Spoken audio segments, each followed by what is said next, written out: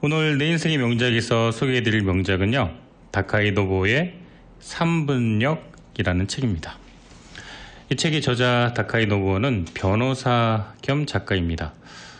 도쿄대학교 법대 졸업하고 다카이 노부오 법률사무소를 설립해서 인사노무 전문 변호사로 활약했고요. 또 변호사 업무 외에도 집필, 강연, 자원봉사 이런 광범위한 활동을 해왔습니다. 저자는 새벽 4시에 일어나서 아침 6시까지 사무실에 출근하는 그 업무 효율이 높은 아침 시간을 집중적으로 활용하는 전형적인 아침형 인간입니다. 원래 저자도 올빼미형 인간이었다고 그래요.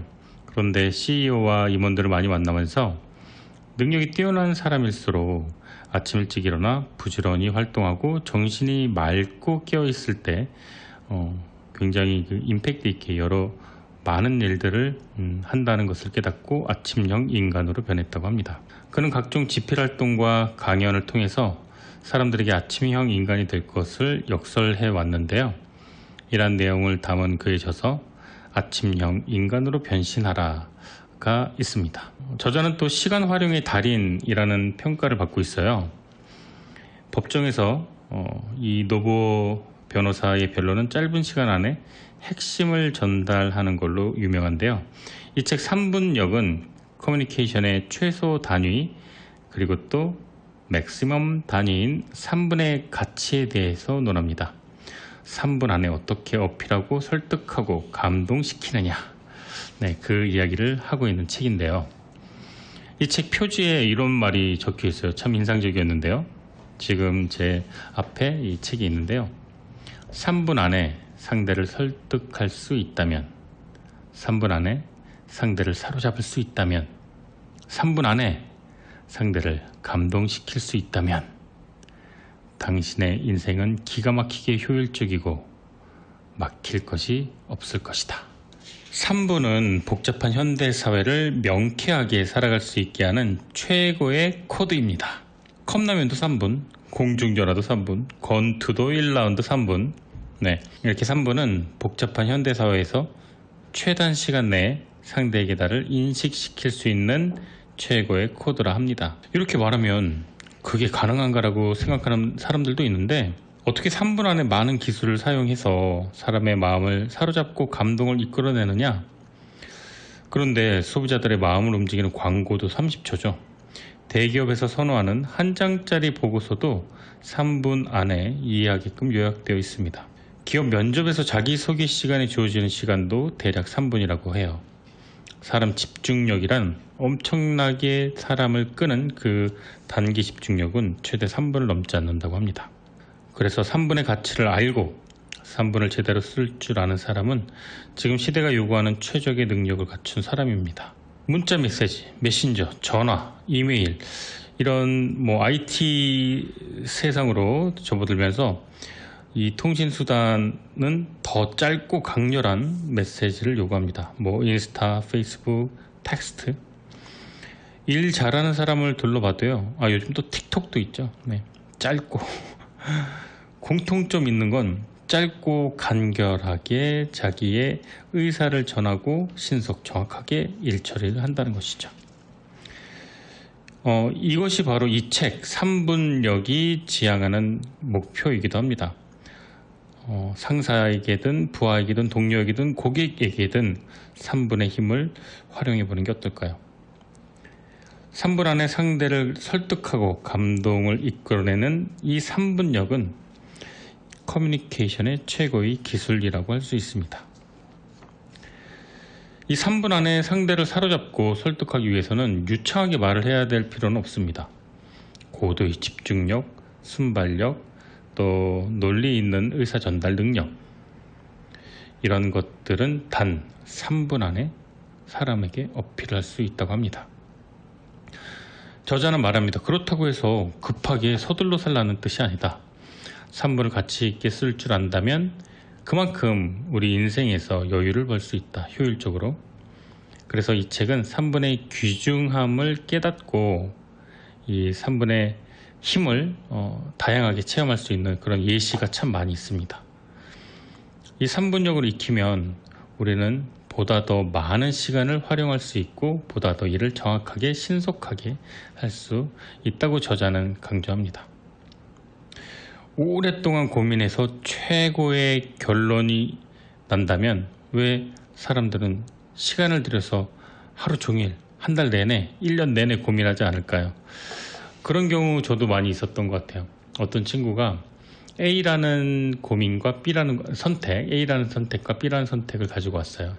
사실 이게 여행이었는데 꽤 시간이 지난 얘기인데 지금은 조금 가물가물한데 A라는 여행지를 가면 경비가 얼마나 들고 날짜가 얼마나 소요되는데 어떤 것을 볼 수 있고, B라는 여행지를 가면 경비는 조금밖에 안 드는데 날짜가 기간이 길고 어떤 건 볼 수 있지만 어떤 건 볼 수 없고, 이것을 한 2시간 동안 저에게 브리핑 아닌 브리핑을 했던 기억이 나는데, 제가 그래서 이렇게 얘기했던 기억이 나요. 아까 먼저 말했던 게 뭐지? 제가 그랬어요. 그랬더니 A라고 하더라고요. 우선 거길 갔다 와. 그리고 나중에 시간 되면 B를 가렴. 이러고 제가 급하게 자리를 떴었는데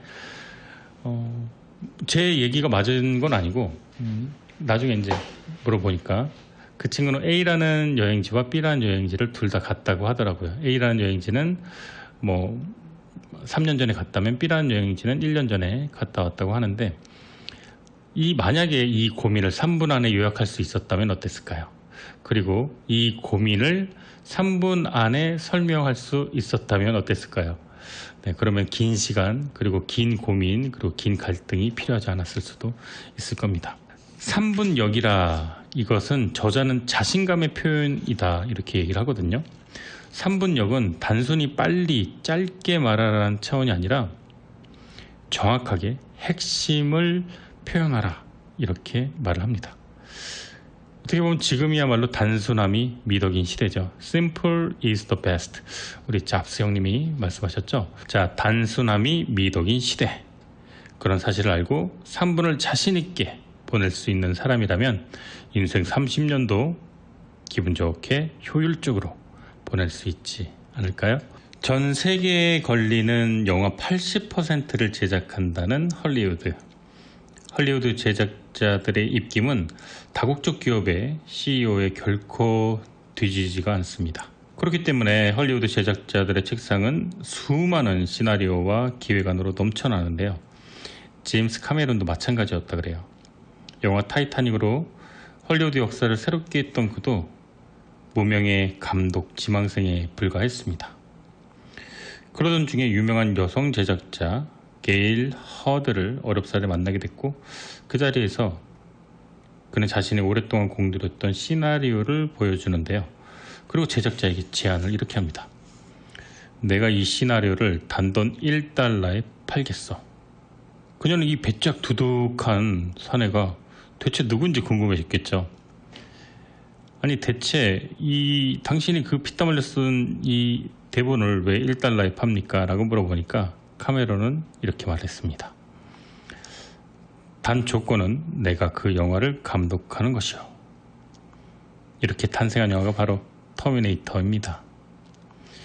무명의 감독 지망생에서 몇천억 달러를 쥐고 흔드는 세계적인 감독이 되기까지 제임스 카메론 감독의 인생에 가장 중요했던 순간을 꼽으라면 바로 게일 허드와 미팅했던 바로 그 순간이었을 겁니다. 사람에게는 누구나 자신의 인생을 크게 변화시킬 기회가 찾아오는데요. 중요한 기회일수록 그 순간은 아주 짧습니다. 굳이 시간으로 따지면 3분 정도? 여기에 바로 저자가 말하는 3분력의 비밀이 있습니다. 3분이란 현대사회에서 상대에게 자기를 인식시킬 수 있는 가장 짧고 가장 긴 시간입니다.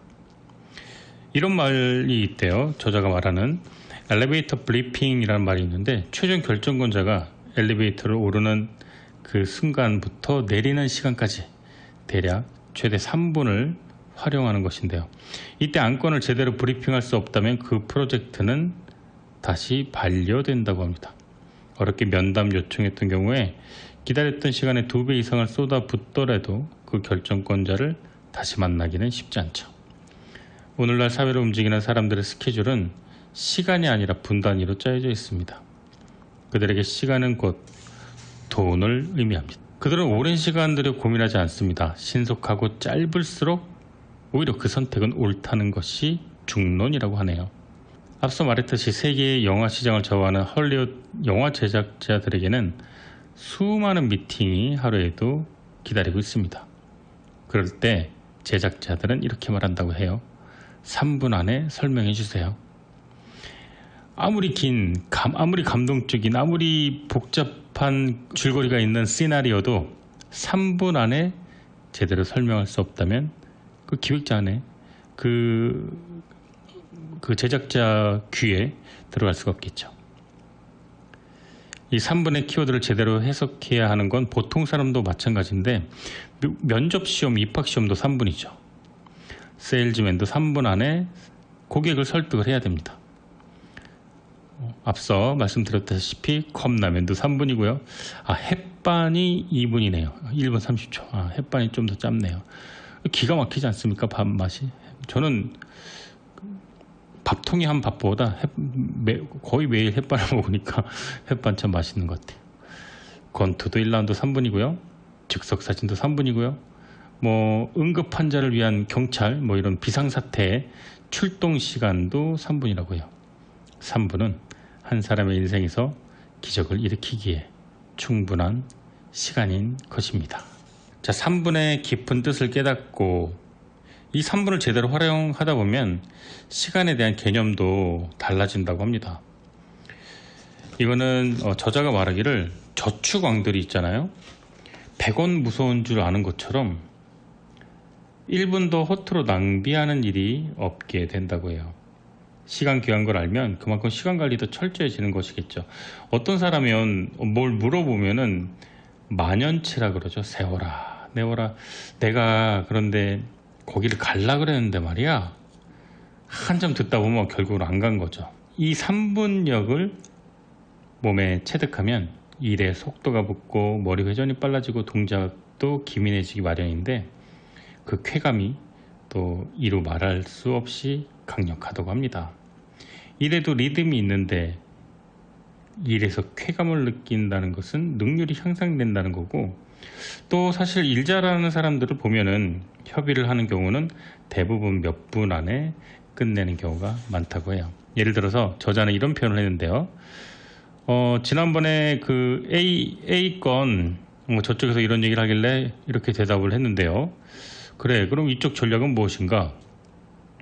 저쪽 의견이 이러니까 우리는 이런 전략으로 대처해 나가면 좋을 것 같습니다. 그래, 그러면은 그 방법이 얼마나 승산이 있지? 이런 저런 이유로 승산은 충분합니다. 준비는 마쳤어요. 좋아, 그렇게 가자고. 아무리 중요한 안건도 이렇게, 제가 너무 연기가 부족했나요? 이렇게 결국은 이 정도의 얘기가 마지막에 마무리가 되겠죠. 대신에 이 이야기를 하기 위해선 서로 필요한 지식과 정보와 어떤 인포메이션이 다 들어가 있어야 되겠죠. 이렇게 스피드를 강조하다 보면은 참 성격도 급하네 이렇게 말을 할 수도 있는데, 성격이 급한 것과 속도를 중요히 여기고 시간을 허투루 쓰지 않는 건 다른 얘기죠. 성격이 급하다는 건 무조건 일의 속도를 최우선으로 여기는 거고, 또 3분 여기서 하지만 강조하는 것, 이 책에서 강조하는 것은 상황을 충분히 고려하고 효율적이고 신속하게 일 처리를 한다는 것입니다. 5분 안에 끝낼 일을 30분, 1시간, 2시간 동안 붙잡고 있는 사람이 너무나도 많습니다. 시간 낭비죠. 에너지 낭비이기도 하지만 시간 낭비이기도 하고 효율적인 일 처리를 방해하는 것이죠. 저 같은 경우도 오프닝 멘트를 쓴다고 2시간, 3시간 앉아있는 경우도 허다한데요. 정말로 오프닝 멘트를 위해서 고민하는 게 아니라 오프닝 멘트를 어떤 글을 이번 주엔 쓰는 게 좋을까 하고 카톡하고 페이스북 한번 봤다가 강아지 털 한번 만지고 갑자기 목이 또 굉장히 마릅니다. 물 한 모금 들어갔다가 냉장고에 이거를 먹었어야 됐는데 1시간, 2시간이 금방 가는 거예요. 네. 하지만 이 낭비를 없앤다면, 3분력으로 집중한다면 그 에너지를 다른 데 쓸 수 있겠죠. 이런 시간 절약이야말로 틀림없이 인생의 플러스 요인이 될 겁니다. 스모 선수 다카노 하나가 부상을 견디고 우승했을 때의 일입니다. 시상식장에서 당시 고이즈미 총리가 이런 말을 했습니다. 고통을 참고 정말 잘해주었다. 나는 감동했다. 당신을 축하한다. 이 짧은 한마디에 많은 사람들의 눈시울이 시큰해졌습니다. 저도 왜 이게 뭐라고 감동스럽네요. 저도 이렇게 짧은 글에 감동을 받네요. 네. 정치인이라면 참 주기 힘든 감동인데 뭐 구구절절 막 별 참 설명이 길죠. 그런데 만일 스모는 일본 전통의 숨결이 살아 숨쉬는 국민 스포츠이며 그 정신을 존중하여 역사와 민족 앞에 이렇게 얘기를 구구절절 이어줬다면 어땠을까요? 아마도 이런 감동을 남기긴 힘들었을 거예요. 짧게 말하는 게 좋은 또 하나의 이유는 저자가 말하는 강렬한 인상을 남기고 이렇게 감동을 줄 수 있다는 겁니다. 고통을 참고 정말 잘해주었다. 감동했다. 축하한다. 네, 멋있지 않습니까? 여기서 얼마나 힘들었습니까?부터 이게 들어갔으면, 네. 때로는 5분 만에 끝내기로 했던 약속이 30분, 1시간이 되고, 10분만 이랬던 시간이 1시간, 2시간이 됩니다. 그러다 보면 정말 쓰잘데기 없는 얘기가 참 많이 있는 것 같아요. 일의 승패를 좌우하는 것은 긴 시간이 아니라 짧은 시간인데 말이죠.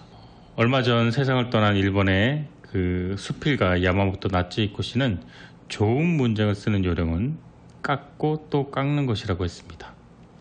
이야기도 마찬가지로 깎고 또 깎아서 이것만은 꼭 이야기해야겠다라고 싶은 말만 골라 하는 게 좋다고 해요.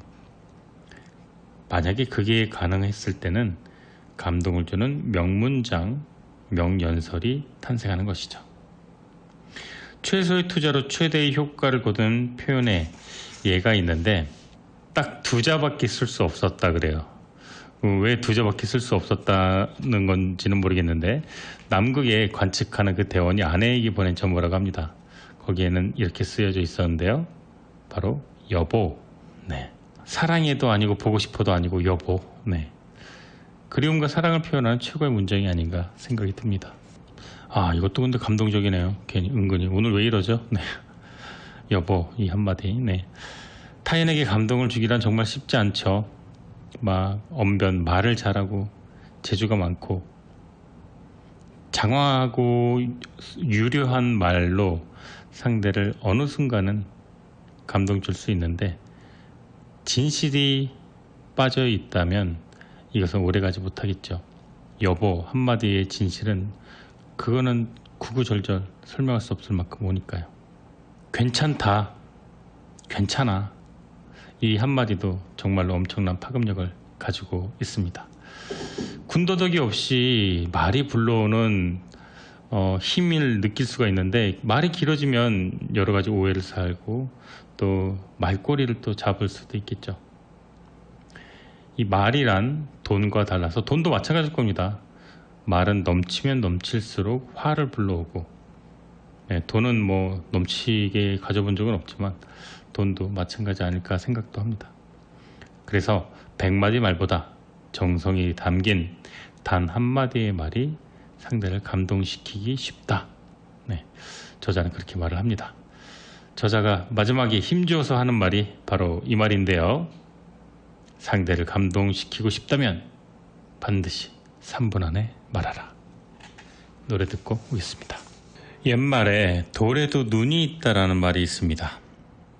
어느 날 석공이 커다란 바위를 망치 하나로 간단하게 가려는 걸 우연히 본 그 검술의 달인이 참 신기하다 이렇게 생각했다 그럽니다. 그래서 석공에게 물었더니 돌이든 바위든 눈이라는 게 있습니다. 거기에 내 망치를 내리치면 갈라지지만 눈이 아닌 곳엔 아무리 쳐도 소용이 없지요. 이야기도 마찬가지일 겁니다. 급소가 있는데 제대로 급소를 찝지 못하면 상대를 설득할 수가 없죠.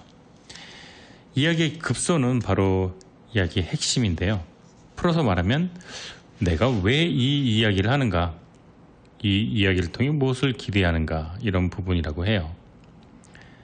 이야기 급소에 제대로 접근하기 위한 방법으로는 결론부터 말하는 것이라고 저자는 강조합니다. 중국의 병법에 전쟁은 빨리 끝내야 한다, 질질 끌면 병사가 따르지 않는다, 이런 구절이 있습니다. 우리 우크라이나 사태도 마찬가지죠. 시간이 점차 질질 끌어갈수록 전쟁은 소강 국면으로 접어들고, 예전에 그 파이팅 넘치던 병사들의 사기도 많이 가라앉을 수밖에 없죠. 이제 뭐 여름도 여름이지만 이제 겨울이 오면 어떡할 겁니까? 네, 이 참호에서 그 추운 겨울을 어떻게 나야 할지. 대화도 마찬가지입니다. 결론부터 꺼내들면 이야기가 길어지는 걸 막을 뿐만 아니라 말하는 사람이나 듣는 사람도 결론부터 시작하니 명쾌한 사고를 할 수가 있습니다. 용서를 하러 간 자리에서도 빙빙 둘러서 쓸데없는 말을 할 게 아니라 즉시 내가 그 일은 사과할게 라고 말을 하는 게 더 효과적이라고 합니다. 예를 들어서 부하가 거래처에서 실수를 하는데 거래처 담당자가 화가 나서 당신하고는 더 이상 얘기가 안 되겠어, 이렇게 부하를 되돌려 보냈습니다. 그럴 때 상사가 거래처 사람을 만나서 오늘은 제가 대신하여 사과의 말씀을 드리려고 찾아뵀습니다, 이렇게 말을 하면 입장이 확실해진다고 합니다. 자신이 왜 왔는가가 상대에게 명확하게 이해가 되기 때문인데요. 그러면 이야기가 빠르게 진행될 수가 있겠죠. 결론부터 말하는 데는 자기 입장을 오해 없도록 확실하게 표현하라는 의도가 담겨져 있습니다. 또 이야기의 핵심에 집중하자는 것이죠. 결론부터 말하는 것은 자신감 있는 상태로 비춰지기도 합니다. 그래서 협상에 유리한 조건을 행사할 수 있습니다. 이거는 단지 성미 급하게 밀어붙이라는 것과는 다르고요. 처음 보는 여자가 마음에 든다고 우리 결혼합시다, 이렇게 밀어붙이라는 말이 아닙니다. 만남에는 순서가 있고 갓 담근 포도주가 고유의 향을 갖기 위해서 시간이 필요한 것과 마찬가지입니다. 결론부터 말하기 위해서는 여러 가지 준비 과정이 필요한데요. 먼저 정서적인 공감대, 문제의식이 공유되어야 합니다. 처음 문제를 봤는데 대뜸 입장을 밝혀라, 이렇게 해서는 안 된다는 거죠. 사전에 충분히 의견을 조절할 수 있도록 이른바 물밑 작업을 한 다음에 공식적인 만남의 장에서는 신속하게 결론에 도달할 수 있도록 빠른 의사 전개를 해야 합니다. 결론부터 말하라는 건 각 만남의 목적과 과정에 맞춰 명확하게 의사를 진행하라는 뜻이죠. 3부는 의사 전달에서 시작해서 OK에 이르는 과정이 일사천리에 진행될 수도 있지만 단지 상대에게 나를 강렬하게 인식시킬 수 있는 최초의 시간이기도 합니다. 반대로 상대가 나에게 어떻게 파악하고 있는지 확인할 수 있는 과정이기도 하죠. 내 의사를 전하는 수준에 머물 것인가, 아니면 이 계약서에 도장을 찍게 할 것인가. 자, 결론부터 말하기 위해서는요, 나름대로 준비와 야무진 사전 작업이 필요하고 그 다음엔 바로 결론부터 말하면 됩니다. 40세가 지나면 인간은 자신의 습관과 결혼해버린다. 메로디즈. 이 나이 지긋한 분들을 만나면 대부분 내 인생은 책 한 권을 써도 모자라, 이런 얘기를 합니다. 그런데 세계의 명사라고 불리우는 사람들은 단 한 줄로 자신의 인생을 이렇게 멋지게 표현합니다. 링컨은 이런 얘기를 했죠. 40세가 지난 인간은 자신의 얼굴에 책임을 져야 한다. 어떻게 살아야 하는지 딱 한 줄로 이렇게 요약을 한 거죠. 이제까지 인생을 얼마만큼 제대로 살아왔는지 알고 싶다면 원고지 앞에 앉아서 한번 글을 적어보는 겁니다. 물론 첫사랑의 기억만을 적는데도 원고지가 금방 10장, 100장까지도 가능하겠지만 줄이고 또 줄이다 보면은 가장 소중하고 가장 가치 있는 문장만이 남게 됩니다. 그런 과정을 통해 자신의 인생을 3분 안에 정리해서 말할 수 있다면 정말 멋진 일이겠죠. 누군가를 설득하고 상대의 마음을 움직이는 일은 인생을 요약하는 일만큼이나 어려운 일인데 저자가 그래서 3분력을 강조하는 것도 이 때문입니다. 시간 질질 끌고 이야기를 덧붙이고 살을 붙이고 했던 얘기 또 하고 이런다고 해서 상대방을 설득할 수 있는 일은 아니겠죠. 실제 해보면 알겠지만 3분력은 효과적으로 수행하려면 많은 노력이 필요한데 정말 고수들은 그런 거 있잖아요. 짧은 순간 안에 딱 그 원포인트 레슨 아시죠? 네. 제가 예전에 골프를 치는데 제가 누구한테 배워본 적이 없으니까 말도 안 되게 휘둘르고 있는데 그 어떤 프로님이 뒤에서 저를 이제 연습장에서 보다가 너무 답답했는지 자기가 알려주겠다고 그러는데 제가 이거 돈 받는 거 아닌가 겁나서 쭈삣쭈삣 되니까 그냥 이거 자세 하나만 잡아준다면서 그립을 딱 해줬는데 그 다음부터 막 잘 나가더라고요. 인생을 3분 안에 그 요약하는 것과 비슷했던 것 같습니다. 문제 핵심을 이렇게 탁 찌르는 거죠. 분석하는 거고. 그런데 명심해야 될 것은 저자가 강조하는 것 중에 하나가 절대 조급해서는 안 된다는 겁니다. 짧은 시간 상대의 마음을 얻어내야 한다는 욕심 때문에 조급한 마음을 가질 수도 있겠지만 대화에서 조급함을 보이는 건 정말로 치명적인 것이겠죠. 자신감 있는 눈빛을 가질래야 가질 수가 없겠죠. 조급한 사람은요. 좋은 인상을 줘야지 이것 역시도 조급함의 또 다른 표현이라고 저자는 말을 합니다. 긴장도 마찬가지죠. 상대방에게 끌려가기 위한 첫 번째 단계 조급할 것, 긴장할 것, 잘 보이려고 애쓸 것. 네, 최악이네요. 사람마다 개성과 취향이 천차만별이기 때문에 상대방에게 맞추려고 하면 몸이 10개라도 당연할 재간이 없겠죠. 그래서 내가 나로서 바로 서고 내가 어필하려고 하는 그 사안에 정통한 사람이 되어야겠죠. 저자는 말합니다. 야구에서 타율이 3할 타자면 1류 타자로 칭송받는 것처럼 10번 중 3번만 맞춰도 된다는 것이죠. 7번의 실패는 묵인됩니다. 축구는 어떻습니까? 해리 케인이 토트넘에서 그 프리킥을 2015년도인가 16년도부터 단 한 골도 못 넣었다고 합니다. 80 몇 회를 찼는데요. 호나울두의 프리킥 성공률은 1%대라고 하는데, 네, 홈런 치고 싶다고 생각하면서 평소 실력의 절반도 발휘하지 못하게 되는 것처럼 축구도 마찬가지입니다. 하지만 호날두나 해리케인은 최고의 축구 선수로 여러분 모두가 우리가 이야기를 하지요. 전타석 안타, 전타석 홈런, 발만 댔다 하면은 골인, 이거는 절대적으로 불가능하죠. 그래서 무리하게 욕심 부리지 말고 한 번에 무언가를 다 해결하려고 하지 말고 10번 중 3번만 하면 돼. 축구에서는 10번 슛해서 한 번만 들어가도 영웅이 되지요. 남의 마음에 드는 사람이 되려는 생각을 버린다. 자, 이 각오면은 내가 나를 지키고 나를 보여주고 나의 전문성에 정통한다는 생각을 가지면은 3분력 어렵지 않습니다. 비유를 쓰면 좀 더 개성 있게 자신의 생각을 표현할 수가 있습니다. 예를 들어 클론이 뭐지? 라는 질문을 받았을 때 한 개의 세포에서 무성생식으로 이렇게 저렇게 이런 설명을 하면 장황한 설명에 사람들은 지루해할 겁니다. 이렇게 되면 일단 말이 길어지고 신뢰도가 떨어지기에 마련이겠죠.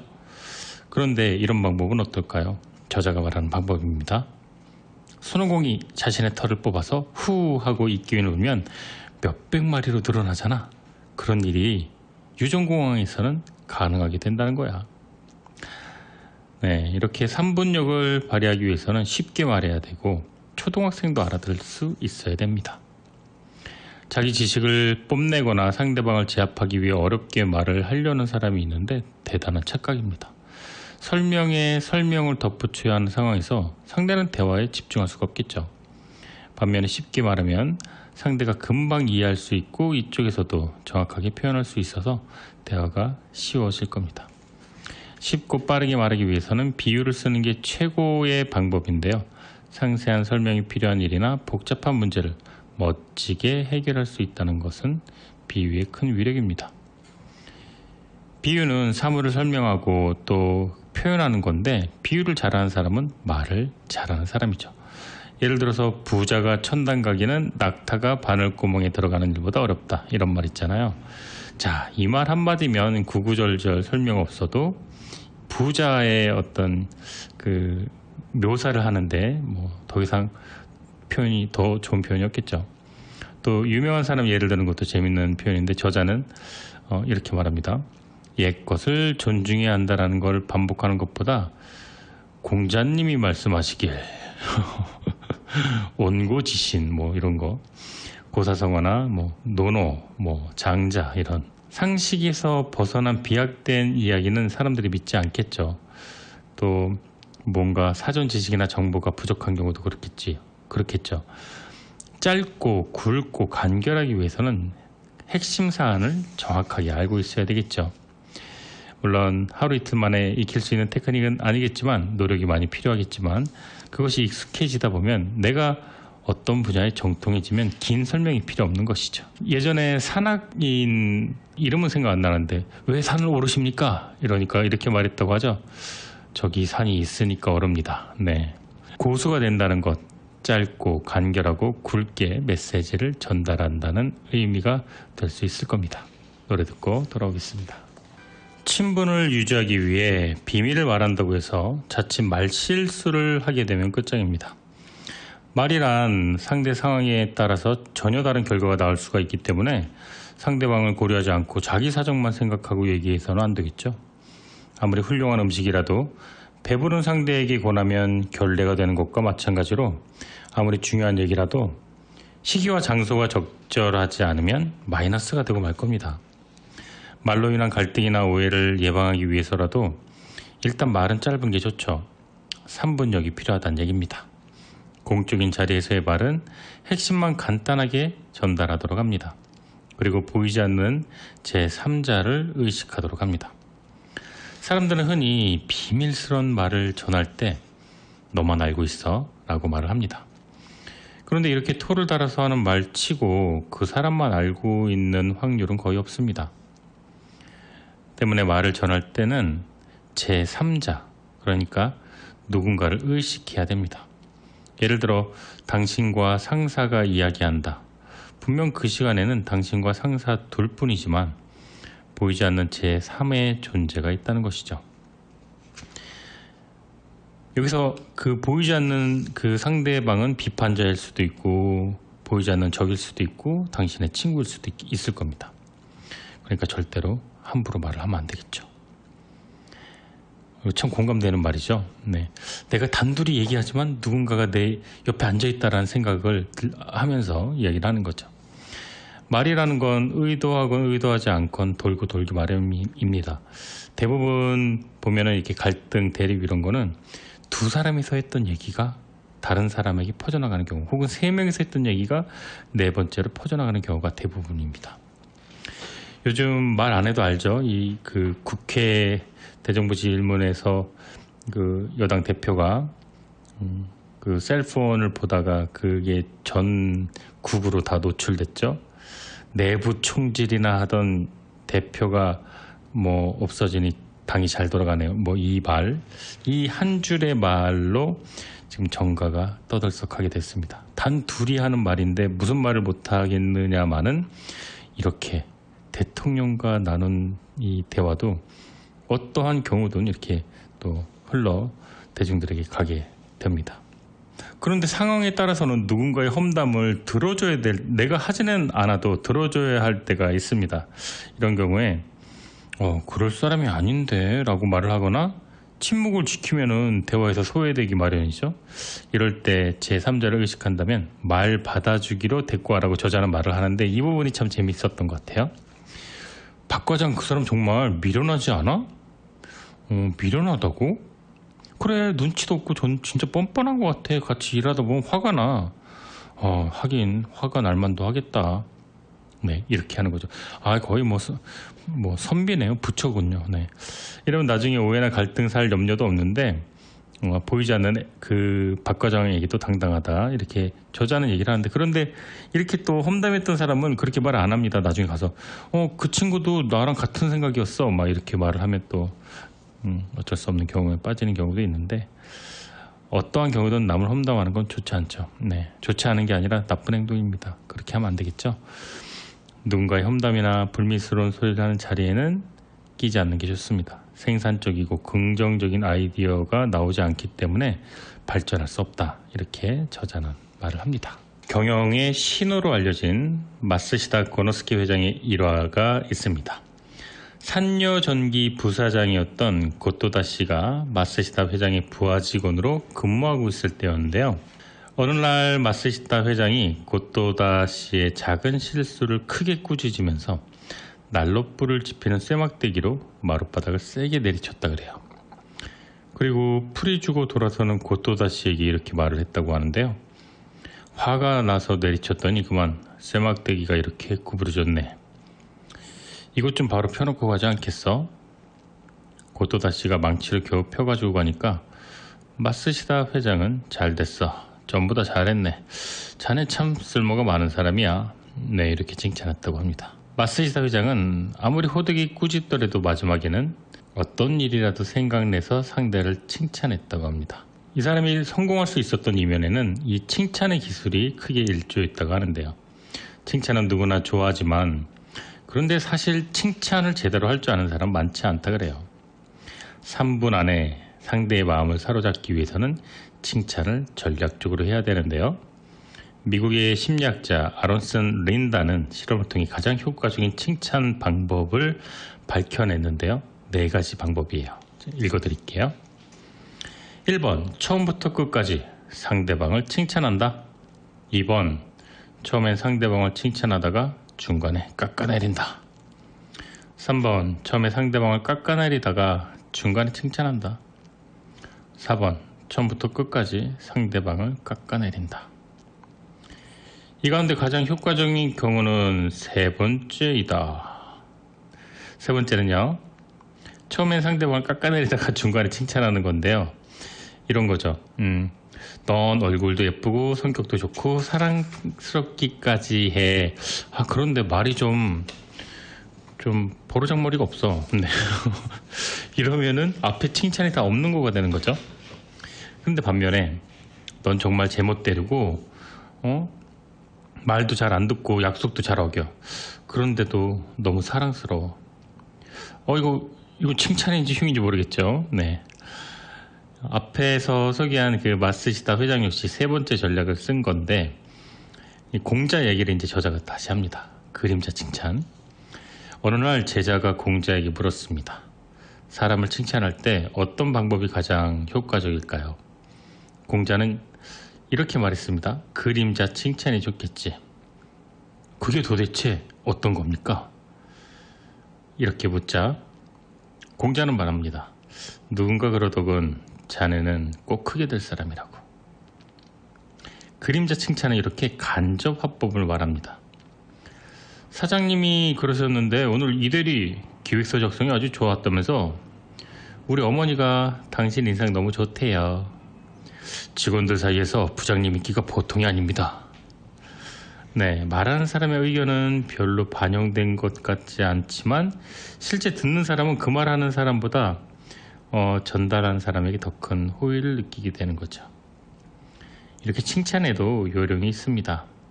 칭찬이라고 무조건 좋은 건 아니지만 너무 과하거나 너무 티나는 칭찬보다도 이런 그림자 칭찬이 아주 효과적이다.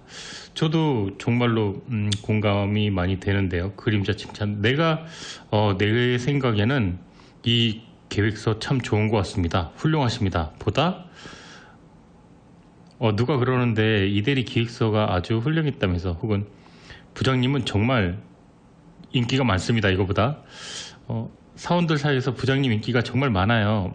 이거 참 기분이 얼마나 좋을까요? 대화를 하다가 누군가를 꾸짖거나 비판하고 싶어질 때가 있습니다. 그럴 때 비판하는 방법이 서투르면 분위기가 참 어색해지기 마련입니다. 그래서 칭찬도 테크닉이 있지만 비판도 테크닉이 있다고 하는데요. 비판할 때 유의해야 할 점은 상대의 체면을 상하지 않게 하는 것입니다. 이 비판 자체가 상대 체면을 상하게 할 수밖에 없는 요소를 가지고 있는데 보통 때보다 더 큰 배려를 해야 됩니다. 비판을 할 때는. 3분 안에 끝내야 되는 거죠. 비판이건 칭찬이건 3분입니다. 비판을 하기 위한 마음가짐 첫 번째는 상대의 언행을 전면 부정해서는 안 된다. 왜냐하면 상대를 궁지로 몰아넣는 것은 한순간의 통쾌한 뿐이지 자신에게는 전혀 득될 것이 없다. 감정이 상해버리면 사람은 오히려 공격적이 되고 그 무엇도 받아들이기를 꺼리게 되기 때문이죠. 보스턴 대학의 윌터 웨이스 교수는요, 이에 관한 실험을 했는데 대학생들을 대상으로 창조성 테스트를 한다고 설문지를 나눠줬습니다. 절반의 학생들에게 당신은 대단히 우수한 두뇌의 소유자다 이런 결과표를 줬고, 나머지 학생에겐 당신의 지성은, 당신의 IQ는 평균 이하다 이런 결과를 주었습니다. 물론 조작된 결과죠. 그 다음에 미성년자라도 나쁜 짓을 하면 사형에 처해야 한다는 설문지를 주었는데 그 결과 앞서 평균 이하로 평가받은 사람들의 집단에서 이전보다 훨씬 많은 찬성표가 나왔습니다. 반대 집단 찬성표보다 2배가 넘었는데 이것은 내심 화가 났던 학생들이 부정적이고 공격적으로 자기 의사를 표현한 것이라고 합니다. 그래서 상대를 비판할 때는 작은 부분에도 세심한 노력을 기울여야 하는데요. 우선 비판하기 앞서 긍정적인 면을 격려해야 합니다. 너는 다 좋아. 그런데 한 가지 말이야. 너무 버릇이 없어. 뭐 이런 식으로 말이죠. 구체적으로 비판에 들어가서 내용은 최대한 자제하는 게 좋죠. 이를테면은 비판할 게 한 5가지가 있어도 실제 1-2개 정도만 하는 것이죠. 너는 또 왜 아침마다 늦니? 왜 책상 정리를 안 해? 그리고 왜 보고서를 2시까지 보내라는데 왜 자꾸 3시에 보내? 그리고 껌 좀 딱딱거리면서 씹지 마. 자, 이렇게요. 너무 실감났나요? 평상시에는 연기를 못하면서 이렇게 왜 이렇게 잘하죠? 이렇게 하면은 지금 이 비판을 받는 당사자는 지금 껌을 씹지 말란 얘기인지, 아침에 일찍 오란 얘기인지, 보고서를 제때 제출하란 얘기인지, 책상을 정리하란 얘기인지 갈피를 잡을 수가 없겠죠. 또 하나, 내가 너 그동안 쭉 지켜봤는데 말이야. 네, 절대 좋은 말 안 나오죠. 내가 1년 동안 너 지켜봤는데 무시무시하네요. 내가 1년 동안 아무리 한 번도 빠지지 않고 개근하고 정말 청소하고 뭐 일 잘하고 해도 내가 1년 동안 지켜봤는데 너 매주 초에 보면은 아주 막 졸고 말이야. 가끔 지각도 하더라. 그렇게 아무리 일을 잘해도 얘는 지각하고 졸고 근무 태도가 불성실한 사람이 돼버리는 건 한순간이죠. 또 중요한 거, 비판을 위한 비판으로 끝나면 안 되죠. 그냥 비판하고 끝나면은 그냥 그 대화는 건설적이지가 못하죠. 인간은 원래 비판을 참 좋아한다 그래요. 그러니까 나를 비판하는 건 싫어하는데 남을 비판하는 건 좋아하는 거죠. 굉장히 카타르시스를 받기도 합니다. 그렇지만 비판을 통해서 궁극적으로 무언가 개선점을 찾으려고 해야지 비판을 내 카타르시스, 스트레스 해소로 내가 지켜봤는데 마음에 안 들어. 왜 당신이 마음에 들지 않는 것을 상대방에게 강요하면 안 되겠죠. 어떤 일이라도 비판은 최대한 자제하고 그런 자제하려는 마음을 가지고 건설적인 그런 밑바탕에서 최대한 짧은 시간 안에 이 사람이 개선할 점까지 염두에 두고 짧게 3분 안에, 만약에 굳이 비판을 해야 된다면 짧게 비판을 위한 비판이 아닌 개선점까지 고려한 비판이 좋을 것 같습니다. 네, 이 세상에서 가장 듣기 재미없는 말이 뭘까요? 바로 자기 자랑하는 사람 얘기 듣는 겁니다. 그래서 그럴까요? 옛 사람들은요, 자기 자랑을 되도록 자제하라 이렇게 너무 많은 분들이 이렇게 얘기했습니다. 그런데도 불구하고 이 자기 자랑에는 한도 끝도 없죠.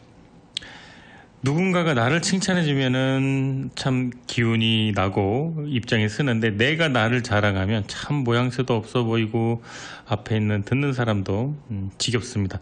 그런데 난 잘났어 차라리 이러면 되는데, 또 돌려 말하면 그 모습 또한 또 꼴불견입니다.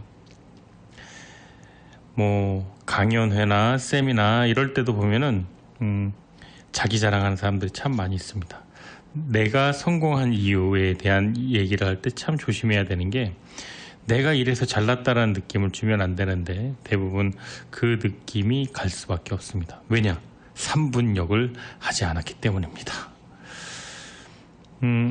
PR의 시대죠. PR 시대인데 요즘은 왜 자기 자랑하면 안 되냐고 말을 할 수 있지만, 자기 PR과 자기 자랑의 차이는 저자가 하는 얘기로는 3분 안에 끝낼 수 있느냐 없느냐 하는 것입니다. 예를 들어서 나는 어떤 대학을 나왔고요, 어떤 석사학위를 받았고, 어떤 MBA를 마쳤고, 어떤 회사에서 들어가서 어떤 일을 했고, 어떤 직급을 거쳤고, 어떤 것을 창업해서 어떤 수익을 냈고, 어떤 공헌을 했습니다. 자, 이렇게 하면 3분이 안 넘죠. 이렇게 말을 했는데 자기 자랑하네 라고 말을 하는 사람은 없을 겁니다. 그런데 내가 대학 가려고 얼마나 공부를 했냐면요, 잠을 안 잤어 내가. 이렇게 가면은 벌써 자기 자랑으로 빠지는 거죠. 자, 3분역과 자기 자랑, 그러니까 PR과 자기 자랑의 차이는 바로 3분역이죠. 장황하게 나에 대한 이야기를 늘어놓으면 자기 자랑이 되는 것이고, 일목요연하게 짧은 시간 안에 나를 설명하면 PR이 되는 것입니다. 모든 인간관계의 기본은 배려와 존중이 깔려 있어야겠죠. 내가 대우받기 원하면 상대에도 배려를 해줘야 됩니다. 이것이 3분역의 기본 정신인데요. 상대에 대한 배려와 존중 없이 3분의 힘을 구사할 수는 없습니다.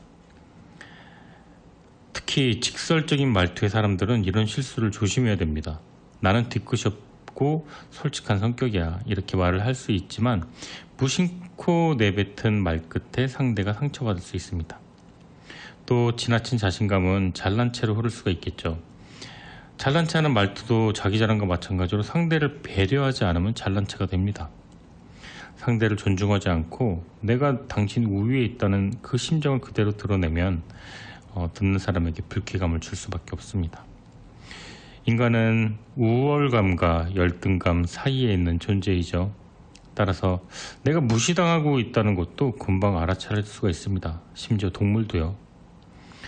이 3분의 힘의 3분역의 기본은 언제 어디서나 정성을 다해 짧고 간결하게 표현하는 건데요. 그러기 위해서는 자기 자랑이나 잘난 척으로는 이 3분역은 절대로 이루어질 수가 없다고 저자는 말을 합니다. 상대를 감동시키는데 절대 도움되지 않는 것이 바로 늘어지는 것, 장황한 것, 3분 이상 자기의 이야기를 하는 것이라고 합니다. 거기에다가 상대를 깔보는 듯한 뉘앙스까지 취하게 된다면 상대방 마음은 절대로 열리지가 않겠죠. 나는 어떤 일을 했고 어떤 결과를 얻었습니다. 여기서 한 발자국만 더 나가게 된다면 자기 자랑에 빠지고 상대방은 아마 우리 이야기를 지루해 할 겁니다. 유비는 제갈공명을 군사로 맞아들이기 위해 삼고초려를 했었죠. 삼고초려 3번 찾아가서 읍소를 한 거죠. 제갈공명이 실업자 신세로 천하를 떠돈다 해서 너 불쌍하니까 내가 채용해 줄 테니까 와라, 이런 태도를 취하지 않고 3번이나 찾아가서 간곡히 요청을 했습니다. 이 3분의 힘을 연마하려는 사람들이 명심해야 될 것은 자기를 낮추고 자기 PR을 하되 자기 자랑은 하지 말 것이다. 그리고 겸손함이 3분역의 밑바탕이 있어야 사람들의 마음을 움직일 수가 있다. 이렇게 저자는 말합니다. 네, 이 책에는 3분역 체크리스트가 나오는데요. 아주 마지막 장이에요. 이제 끝마칠 때가 돼서 이 장을 소개하고 마무리할까 하는데요. 말을 잘하는 사람들 중에 1류에 속하는 사람은 처음 3분 이내에 청중들이 어떻게 반응할까, 또 이야기 속도는 어떻게 전개할까를 알아차린다 그래요. 명강연자는 듣는 사람들의 반응을 보면서 이야기하는 태도나 내용을 조금씩 바꿔나가는데요. 분위기를 맞춰나가는 건 주제에 집중하는 것만큼이나 중요합니다.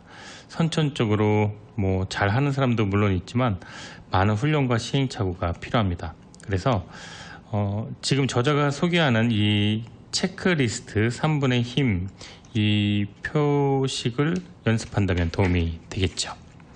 첫째, 상대가 중간중간에 웃음을 보이는가? 두 번째, 이제 3분역을 할 때 중요한 점입니다. 체크리스트. 두 번째, 너무 많은 말을 내가 하고 있지 않은가. 세 번째, 할 말은 제대로 하고 있는가. 네 번째, 필요 이상으로 말을 꾸미려고 장식하지는 않는가. 다섯 번째, 상대에게 도움이 되고 있는가. 여섯 번째, 자신을 위해 도움이 되는가. 이 마지막 거 같은 경우는 누구나 목적을 갖고 타인과 얘기를 하죠. 그런데 그 목적 때문에 의사소통을 하는 건데, 이 근본적으로 이게 본인에게도 도움이 돼야 되는데 항상 남을 위해 도움될 수는 없겠죠. 자, 도움이 되지도 않는데 체면이나 뭐 예의 때문에 하고 있지는 않은가, 이것을 늘 체크해 봐야 한다고 합니다. 이게 이제 3분역 체크리스트였습니다.